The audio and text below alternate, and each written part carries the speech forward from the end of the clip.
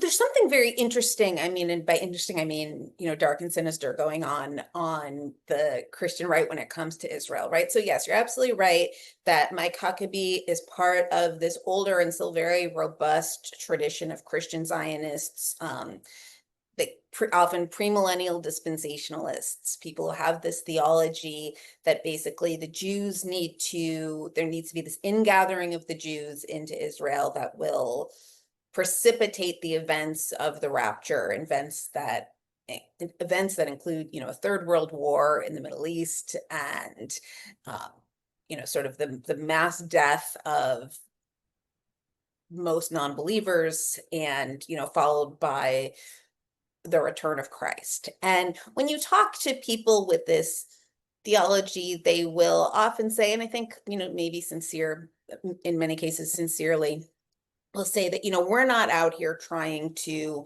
precipitate the rapture. It's much simpler than that. It's just that, God blesses those who bless Israel, and we have this theological connection.